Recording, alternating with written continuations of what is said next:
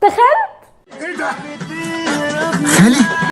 في السنين الأخيرة ظهر نجم جديد في عالم المكملات الغذائية وهو البربرين. ناس كتير بتسميه الأوزمبيك الطبيعي، ولكن هل هو فعلا يستحق الاسم ده؟ تعالوا نرجع خطوة لورا. البربرين ده مش مركب كيميائي حديث، بالعكس ده معروف من آلاف السنين في الطب الصيني التقليدي. كانوا بيستخدموه في علاج مشاكل المعدة والالتهابات وغيرها كتير. والابحاث الجديده اثبتت انه ليه كمان تاثير على السكر، الكوليسترول، وكمان انقاص الوزن. البربرين بيشتغل على انزيم اسمه الاي ام بي كي، وده يعتبر منظم الطاقه في الجسم. ليه؟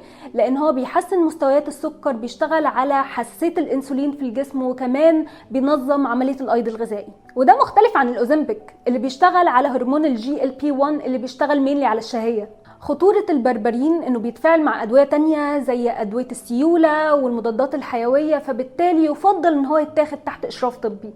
اما بالنسبة للامان فهو تمام لحد جرعات 1500 ملي جرام بس في اليوم، لكن على المدى الطويل فلسه محتاج شوية دراسات. ببساطة البربرين مكمل غذائي كويس، لكن مش بديل لعلاج سكر ولا انقاص وزن. هو مش هيعمل شغل الاوزمبيك، لكن ممكن يبقى عامل مساعد لو اتاخد صح وتحت اشراف طبي. دمتم دايما في افضل حال.